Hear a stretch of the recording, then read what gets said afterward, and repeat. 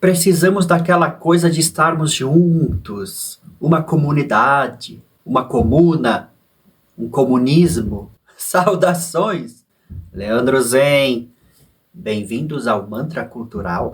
Papos além, papos além. Sim, para as pessoas mais sensíveis, as verdadeiramente sensíveis, humanas, carinhosas, queridas, amáveis, elas gostam de estar junto. Elas gostam de pensar coletivamente no bem do próximo. É tipo um amor de mãe. E ao mesmo tempo a gente sente na sociedade, em nós mesmos, um movimento de isolamento, de necessidade de nos afastar das pessoas, de ficarmos sozinhos, solitários, para ficarmos psicologicamente mais saudáveis, em paz. Então parece que são duas coisas antagônicas e me parecem muito soar com comunismo e capitalismo alto lá. Então entenda isso apenas como uma liberdade poética. Nós temos que entender a nós mesmos com mais liberdade poética, né? Porque esse papo muito sério de analisar as coisas tem nos levado a cometer erros terríveis sobre nós mesmos, sobre nossa querida humanidade. Você já percebeu que quando você começa a conversar sobre as coisas da vida, as coisas profundas, logo existe uma tela que reflete estes sentimentos que iam entrar no coração, mas eles voltam para fora, eles vão longe. Tipo, eles rebatem para fora. E aí a gente acaba questionando a política, a economia, os personagens icônicos destes jogos externos, muito externos. Então a gente deixa de entrar no coração para falar sobre um pseudo-coração coletivo. E é aí, neste pseudo-coração coletivo, que tudo acontece, essa necessidade de se isolar e também de compartilhar. E a isso tudo se dá nomes de doutrinas, de idealismos. Mas é necessário entender a nós mesmos, a energia principiante disso tudo. A própria conexão entre as pessoas, a ideia de comunhão, para longe da ideia da igreja, também existe a comunhão empresarial, totalmente fascinada apenas pelo valor do ingresso que a multidão vai deixar na conta bancária. E também esse lance de se juntar por interesse. Provocar a união das pessoas por interesses, que não do bem coletivo, mas sim gananciosos. Aonde está esta ganância? No capitalismo ou no comunismo? Em quais chefes de Estado, em quais tipos de Estado se encontra mais concentrada a ganância? Qual é o nome verdadeiro da união humana, do amor, do carinho entre as pessoas? Será a família ou o comunismo?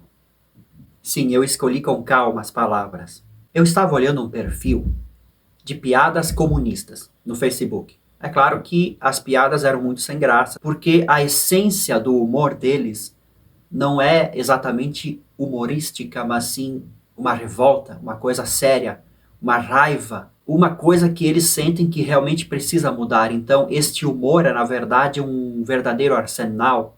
Por isso ele não fica com aquele clima risível. Ele é sempre bastante crítico e inteligentíssimo, quer dizer, não.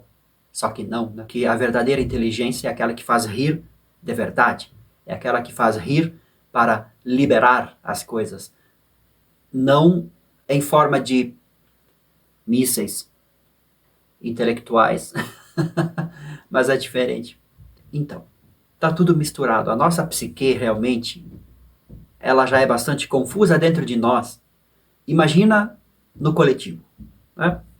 Mas é fato, existe um sentimento de injustiça que precisa ser sanado, resolvido. Então se faz o uso de protestos piadísticos ideológicos ou mesmo guerrilheiros. E existe muita afronta contra o capital, o capitalismo, e tudo mais que possa se juntar a ele, neste grande selo. Sorte dos comunistas que existe o capitalismo para culpar, para descarregar a raiva, para culpar de todos os males o capitalismo e todos os seus selos, todos os seus personagens. É necessário. É uma coisa freudiana básica, psicanálise básica. Para onde iria toda essa raiva caso o comunismo se implantasse de um dia para a noite? Será que ela ia ser curada? Não, ela vai continuar dentro do indivíduo. Porque é dentro do indivíduo que acontece. Mesmo se o comunismo fosse implantado, alguma outra coisa iria acontecer. Porque é um reflexo, é um bate e volta. Não entra no coração, bate para fora. Ouvi dizer que a raiva é a maior circunstância onde a nossa energia se apresenta. É uma grande oportunidade de autoconhecimento. A quem você vai endereçar esta raiva, esses raios e trovões? Quem é o culpado? Também ouvi dizer que o ódio, a raiva, é uma frustração por você não conseguir fazer florescer os seus dons mais profundos. Uma frustração da incapacidade de fazer florescer aquilo que você tem de melhor. Tipo, suas capacidades estão reprimidas. Reprimidas. Quem é o opressor desta vez? Aí nisso tudo, tendo as suas capacidades reprimidas, o seu desejo de amar, reprimido talvez, começa a surgir o ciúme, a inveja, a raiva, se forma a tempestade. E aí então ela se projeta no mundo exterior. O momento de raiva é um momento muito difícil de lidar, é muita energia realmente e geralmente vai para fora. Então, eu diria, arriscaria dizer poeticamente, que o comunismo verdadeiro inicia na observação da raiva interior. O comunismo verdadeiro viria da meditação. Assim como a família verdadeira seria construída a partir da meditação. Com meditação, eu quero dizer cultura zen, autoconhecimento, descoberta do seu eu interior, da sua individualidade. E esta palavra individualidade, se ela não entrar no coração, ela rebate para fora e vai bater lá numa plaquinha chamada ego, egoísmo, individualismo, capitalismo, capital, riquezas acumuladas, não é? É fácil essa intenção benigna se transformar num maremoto, né? É um mecanismo de defesa básico do cérebro. Projeção. Tanto faz em que plaquinha ela bater. É sempre uma projeção, uma defesa. A mente não gosta de meditação porque a meditação é a não-mente. A mente vai puxar para fora sempre todas as suas emoções, para fora, nunca para dentro. Compreenda esse mecanismo interior. A partir daí você vai compreender melhor o que eu estou querendo poeticamente dizer. Tanto o capitalismo quanto o comunismo, eles nasceriam da meditação. E não teriam nome. Na verdade, quando você foge para um sistema externo, você está praticando um erro terrível, que não vai resolver problema nenhum, porque é um erro. De fora para dentro, nada vai ser resolvido. Essas propostas todas, como elas são meros reflexos de uma mente que teme entrar no coração, se desmanchar no coração, elas querem transformar o ser humano de fora para dentro de uma maneira muito artificial. Então já vivemos em uma sociedade artificial há muito tempo. Não tememos os computadores que nós mesmos criamos. Nós já somos os computadores artificiais há muito tempo. Todos esses sistemas são condicionamentos meramente mentais e tirânicos, de certa forma. Às vezes mais, às vezes menos. Mas o fato de você querer mudar a sociedade é uma espécie de tirania. mesmo com a melhor das intenções. E ainda mais ignorante, porque você não está ampliando o indivíduo rumo ao seu coração, à sua subjetividade, à sua espiritualidade.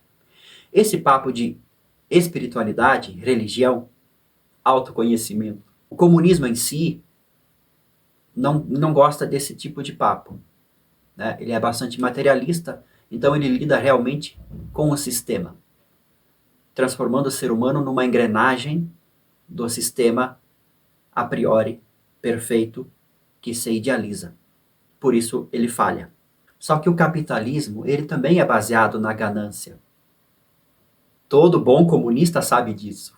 E morre de raiva disso. Então é como se fosse o capitalismo, é como se fosse o ego, o acúmulo, o cuidar de si mesmo.